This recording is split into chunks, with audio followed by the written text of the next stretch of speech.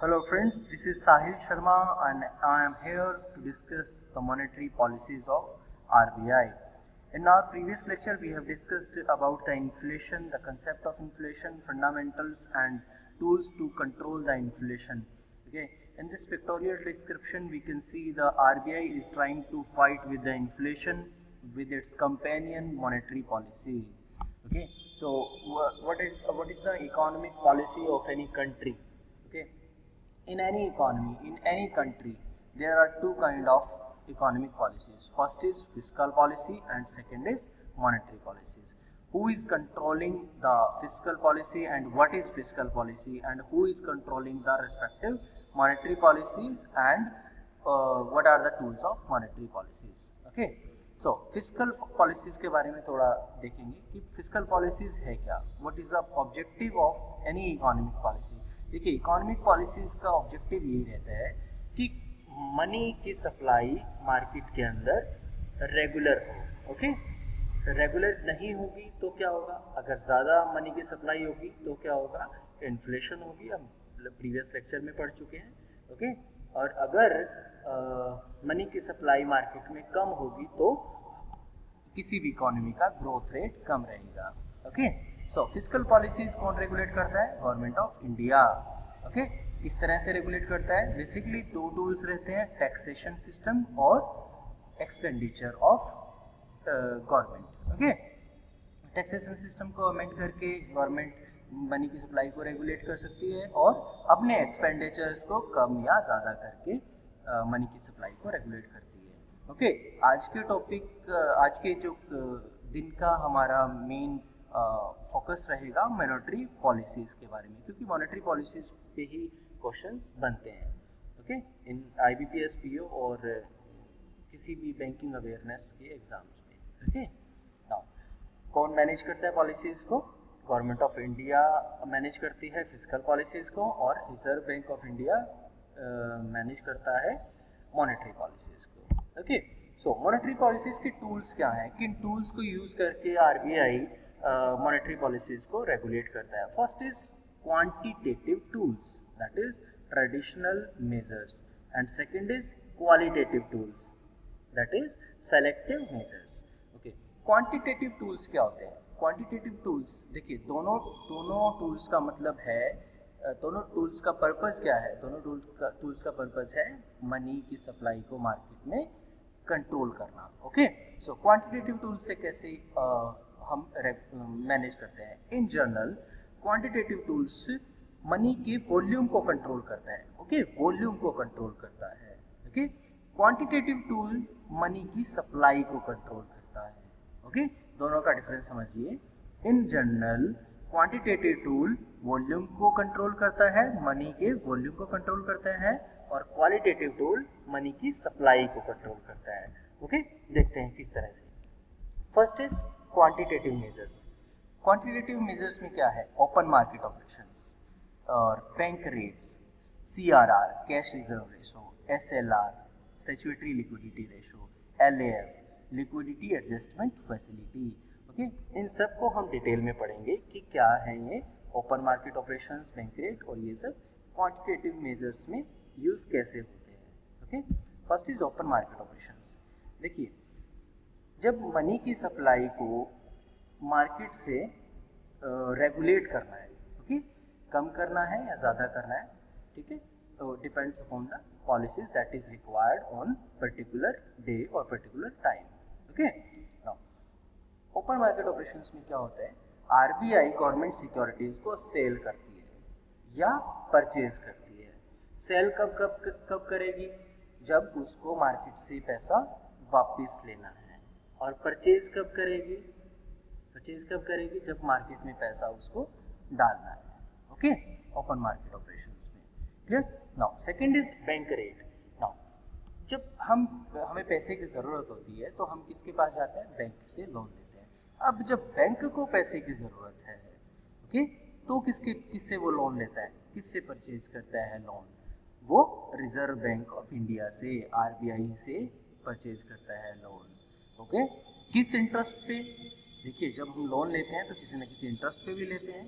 Okay, तो RBI particular bank को particular जो है कॉमर्शियल बैंक को किस रेट पे लोन देता है, okay, that is bank rate, okay. और वो जो लोन है वो लॉन्ग टाइम के लिए होगा, ओके, क्योंकि एक और टर्म पढ़ेंगे हम, रेपो रेट लोन, उसमें भी आरबीआई देता है कॉमर्शियल बैंक को, लेकिन वो शॉर्ट टर्म के लिए है, और बैंक रेट क्या है, लॉन्ग टर्म के लिए। जब कॉमर्शियल बैंक आरबीआई से लोन लेता है, that interest is called bank rate, okay. Second is cash reserve ratio. Cash reserve ratio क्या है? Cash reserve ratio is amount of any NDTL. NDTL क्या है? Net demand and time liabilities, that is to be deposited by commercial bank with the RBI. Okay, so all commercial banks are required to keep a certain amount of its deposits in cash only, okay, with RBI. This percentage is called cash reserve ratio. Okay, so क्यों CRR रखने की जरूरत क्यों पड़ती है? कभी भी किसी बैंक में अगर बैंक्रप्सी हुई, okay, कोई भी बैंक डूब गया, तो उस बैंक को बचाने के लिए कुछ रिजर्व आरबीआई अपने पास रखता है, ओके, कुछ रिजर्व बैंक अपने पास रखता है, ताकि, क्योंकि आरबीआई किसी भी बैंक को लाइसेंस कौन देता है? आरबीआई देता है, ओके। सो उनको मैनेज भी कौन करेगा? आरबीआई ही करेगा, ओके। और कभी जो है, और मनी की सप्लाई भी रेगुलेट होगी सीआरआर से, क्लियर। सो सीआरआर क्या है? The amount of NDTL, NDTL क्या है? Net Demand and Time Liabilities, that is to be kept with the RBI. Okay? Now, देखिए एग्जाम्पल में बता रखा है कि CRR अगर 6% है, तो अगर बैंक का डिपॉजिट 1000 रुपया है, तो बैंक अपने पास 940 रुपया रखेगा और 60 रुपया RBI के पास कैश की फॉर्म में रखेगा। और इस कैश पे आरबीआई क्या उसको कोई इंटरेस्ट देगी? नहीं देगी। सीआरआर पे कोई इंटरेस्ट नहीं होता, ओके। सो नाउ, और आज सीआरआर क्या है at present? 4%, clear. Second is SLR. देखिए एसएलआर क्या है? Statutory liquidity ratio. जैसे सीआरआर था, सीआरआर क्या था? जो भी बैंक का डिपॉजिट था उसका 4% किसी भी बैंक को आरबीआई के पास रखना पड़ता था, clear, in form of cash. अब एसेट तो किसी भी फॉर्म में हो सकते हैं, कैश की फॉर्म में भी हो सकते हैं, गोल्ड की फॉर्म में भी हो सकते हैं, गवर्नमेंट सिक्योरिटीज की फॉर्म में भी हो सकते हैं, ओके। तो एसएलआर क्या है? जब आप उन एसेट्स का को जो गवर्नमेंट सिक्योरिटीज की फॉर्म में है और किसी मेटल की फॉर्म में है, फॉर सपोज गोल्ड, ओके, और कैश की फॉर्म में, जो पार्ट किसी भी एनडीटीएल का बैंक अपने पास रखता है, ठीक है, that is mandatory, okay, that is mandatory, that is regulated by RBI. RBI कहते हैं कि आपको इतना % अपने पास रखना ही है, आप इसकी लैंडिंग नहीं कर सकते, ठीक है, आप उसकी लैंडिंग नहीं कर सकते। देखिए सीआरआर और एसएलआर में बेसिक डिफरेंस क्या है कि सीआरआर तो आरबीआई के पास रखा जाता है, कौन रखता है? Commercial bank. और एसएलआर किसके पास रखा जाता है? बैंक अपने पास खुद रखते हैं, ठीक है। कितना? जो उसका टोटल डिपॉजिट है उसका 20.5%, 20.5%, ओके। कौन से सेक्शन में लिखा है? ये सेक्शन में लिखा है जी, कौन से सेक्शन में? Section 24 of banking regulation act 1949। ये बहुत बार पूछा जाता है कि एसएलआर किस एक्ट में लिखा हुआ है, क्लियर। देखिए एसएलआर का कंसेप्ट बता रखा है कि डिपॉजिट जो बैंक के पास होता है, मान लो कि 1000 रुपये डिपॉजिट है, तो उसका 20% हमने जो है फ्रैक्शन में नहीं लिया, तो 20% अगर एसएलआर में रखना है तो 20% की जो वो गवर्नमेंट सिक्योरिटी खरीद लेगा, उसका इंटरेस्ट किसके पास आएगा? बैंक के पास आएगा। ऑब्वियसली गवर्नमेंट सिक्योरिटी का कुछ ना कुछ इंटरेस्ट होता है, तो 800 रुपये ही वो यूज़ कर सकता है, ठीक है। बैंक का बैलेंस क्या हुआ? 800 रुपये, clear. Now repo rate. Repo rate क्या है? जैसे हमने बैंक रेट पढ़ा था, बैंक रेट क्या था? लॉन्ग टर्म के लिए आरबीआई जो लोन देता है बैंक को, दैट इज बैंक रेट, लेकिन रेपो रेट क्या है, शॉर्ट टर्म के लिए। शॉर्ट टर्म के लिए बैंक को शॉर्टेज हो गई, फंड्स की शॉर्टेज हो गई, ओके, तो वो जो आरबीआई से जो लोन लेगा at the rate of repo rate. Repo क्या होता है, repurchase. Repo stands for repurchase. Repurchase का मतलब क्या है, देखिए जब आरबीआई से कमर्शियल बैंक लोन लेगा तो उसके अगेंस्ट कुछ ना कुछ सिक्योरिटी भी रखेगा, ठीक है, और उन सिक्योरिटीज को जब वो लोन रीपे कर देगा वापस आरबीआई से ले लेगा, ठीक है। तो उस पूरे साइकिल में क्या होगा कि आरबीआई ने जो परचेज की थी सिक्योरिटी कमर्शियल बैंक से, दोबारा से कमर्शियल बैंक ने उससे परचेज कर ली। दैट्स वाई दो बार परचेजिंग हुई तो आर रेपो रीपरचेज, ओके। और जिस इंटरेस्ट पे आरबीआई लोन देगा that is repo rate. Clear? Now what is reverse repo rate? अब अगर किसी भी कमर्शियल बैंक के पास अपना एक्सेस में अमाउंट है, एक्सेस में फंडिंग आ गया, ओके, तो वो उस फंडिंग से पैसा कमाना चाह रहा है, या तो वो उसको लेंडिंग कर दे, किसी को लोन दे दे, या वो कहीं पे इन्वेस्ट कर दे, या तीसरा तरीका है कि वो आरबीआई के पास वो पैसा रख दे, ओके। लेकिन आरबीआई के पास अगर पैसा रखेगा तो उस पर कुछ ना कुछ इंटरेस्ट लेगा। That interest is called reverse repo rate. Reverse repo rate, देखिए रिवर्स रेपो रेट से कम है 5.75 और रेपो रेट कितना है 6.25, ओके।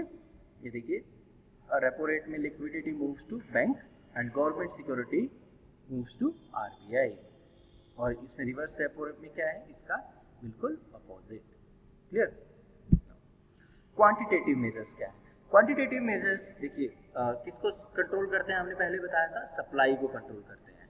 दो तरह से हो सकते, तीन तरह से ये क्वालिटेटिव मेजर्स है basically, change in lending margin, moral suasion and direct control. देखिए लेंडिंग मार्जिन को देखते हैं। जब भी आप कोई होम लोन लेने जाते हैं, जितनी आपको रिक्वायरमेंट होती है किसी भी होम को किसी भी घर को बनाने के लिए, मान लो कि आपको 10 लाख का लोन चाहिए, सॉरी 10 लाख आपको 10 लाख आपको अमाउंट चाहिए घर को बनाने के लिए। क्लियर? 10 लाख आपको अमाउंट चाहिए, तो क्या 10 लाख दे देगा बैंक आपको? नहीं, आपको 10 लाख नहीं देगा, आपको 10 लाख से कम देगा। कुछ पैसा वो कहेगा कि कुछ पैसा आप लगाइए, ठीक है, 10% आप लगाइए या 15% आप लगाइए, बाकी हम देंगे, ठीक है। तो वो मार्जिन जो है एक्चुअल कॉस्ट का और जो बैंक अमाउंट आपको देता है लोन के रूप में, तो वो मार्जिन जो डिफरेंस है that is called lending margin, okay. वो कौन डिसाइड करता है? आरबीआई डिसाइड करता है। क्लियर? नाउ मोरल सुएशन क्या है? मोरल सुएशन एक तरह से आरबीआई सजेस्ट करता है किसी भी कमर्शियल बैंक को, या रिक्वेस्ट करता है किसी भी कमर्शियल बैंक को पर्टिकुलर फील्ड में लोन देने के लिए, या पर्टिकुलर फील्ड में लोन ना देने के लिए, ठीक है। तो इस तरह के कोई ऑब्लिगेशंस नहीं होती, सिर्फ सजेशंस या रिक्वेस्ट रहती है आरबीआई की तरफ से। क्लियर? डायरेक्ट एक्शन क्या है? डायरेक्ट एक्शन है जब आरबीआई किसी कमर्शियल बैंक को बोले कि आपको इस in return, that is obligatory, okay, obligatory कहे कि आपको इस सेक्शन में लोन नहीं प्रोवाइड करवाना, ठीक है, डायरेक्शंस जारी करे इन रिटर्न, ओके, कोई भी डायरेक्शन जारी करे, क्योंकि बैंकिंग रेगुलेशन एक्ट 1949 के अंडर आरबीआई ऑथोराइज्ड है किसी भी बैंक को रेगुलेट करने के लिए, उनको डायरेक्टिव्स प्रोवाइड करवाने के लिए, ओके। सो इस तरह के मेजर्स जो आरबीआई यूज़ करता है that is qualitative tools, okay. So CRR और एसएलआर के बारे में हमने पढ़ा है कि किस तरह से आरबीआई इन्फ्लेशन को कंट्रोल करने के लिए इन सब टूल्स को यूज़ करता है। And thank you very much दोस्तों, थैंक यू वेरी मच।